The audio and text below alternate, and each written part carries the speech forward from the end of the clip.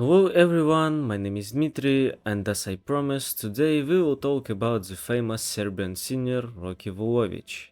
To make this video, I also found an interview with him in which he told everything about his life path. Before we start, please pour some tea and sit back.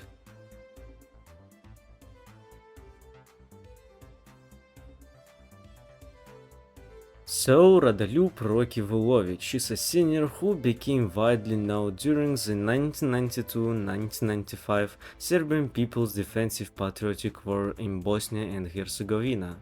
The author of the conversation with him is a long-time admirer of his personality, singing and compositing talent who in 2011 first came to the Republika Srpska to the city of Bijeljina and met him. From that moment, close communication began, fragments of which were recorded on a dictaphone. I'm going to read this interview to you now. I wonder how your life journey began. I was born in Semberia, a region in the northeast of Bosnia and Herzegovina, on May 1st, 1950, or as accurately as possible on the night of April 31st to May 1st, exactly on International Labor Day, in the village of Popovi. This is very close to the main city of Semberia, Bijeljina, where we are now with you. I graduated from a technical school, after which I got a job as a graduate student. It was the most difficult period in my life. I had to teach 8 subjects at the same time. From that time to this day, my life has been devoted to the education of students. I've already learned it for several generations. A few years ago, I changed my job at the Mihailo Pupin Technical School to the position of Director of the Polytechnic and Pharmaceutical School, one of the 5 secondary educational institutions in Bijeljina. In general, I'm a process engineer by education. Your brother, sisters? My brother lives in the village of Popovi. His house is opposite ours, across the street. We had an older sister who lived with her husband in New Belgrade.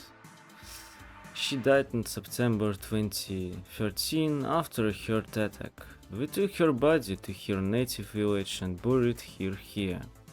How did your story as a singer and musician begin? Since my youth, I have been engaged in entertainment music, participated in one youth Yugoslav festival in Subotica in 1974. There were 2 representatives from each Yugoslav republic. I took 3rd place at that festival. Back in those years, there was a TV show Maksimir, where a singer from different lands of Yugoslavia was invited every month. Then they released gramophone records with the songs of the winning participants. My first record, Christina, is a single with 2 songs, actually, Christina and Nemoj da me zaboraviš. On the cover is a picture of me as young man. Released by the Belgrade enterprise Jugo Ploče, Jugo Disc, in the series Mladi Talentovi, Young Talents, has not been reissued since. On music compilations and on the internet, these 2 songs do not meet 100%. What was remarkable about the Yugoslav music of the 80s? At that time, Yugoslav music had a very strong European influence in melodica, and it was Yugoslav music, not Serbian music. Here my songs absolutely Serbian. On the interesting phenomena, I can name my friends Bijelo Dugme, Riblju Čorbu, Georgi Marjanovic, well known in Russia, was very popular. Serbian music has a great influence of southern styles, and not only Serbian, the whole Balkan. And turbo folk? These are songs with melodies popular in Turkey, as Radolюб says, with the sound of the East. In fact, the motifs of this music are Arabic. The Turks mostly borrowed from the Arabs. The famous Yugoslavianka Lepo je Brena is a reference to turbo folk. How did your creative career go on? 1988, the album Pasha. This is a joint work of mine and Zahar Milutin Popovic. The famous composer wrote all the music for the songs presented on it. The title song Pasha is performed as a duet with Milutin's wife Gordana Lazarevich. Like Christina, Pasha was recorded in the capital of Yugoslavia.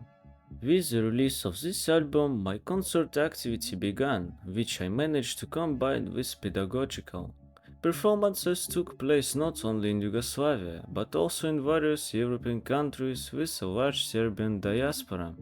The income from concert at that time was impressive. For one weekend, an amount equal to a month's salary at a technical school came out. An interesting circumstance to which the song You're Far Away My Brother from the cassette Black Bomber is to some extent dedicated. I have a cousin who went to work in the USA in the 70s. He stayed there, naturalized, joined the American Army, and rose to the rank of officer. At the beginning of 1990, he was stationed at the American Aviano base in Italy, the very one from which the attacks on Yugoslavia would later be carried out. In about a year, Slovenia will secede, which will mark the beginning of the collapse and the war. My brothers invited my wife and me to visit his regimental family.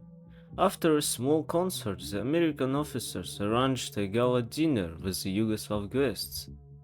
During the feast, one Yankee waved his hand around the surrounding space and explained, "We are standing here," and then pointed to the mountains and anxiously said, "And there are already Russians there." You were strong then, the Amish ready with fear and did not allow themselves too much. Simultaneously with Yugoslavia, everything collapsed in Russia. However, now it's clearly visible how Russia is reviving and strengthening again.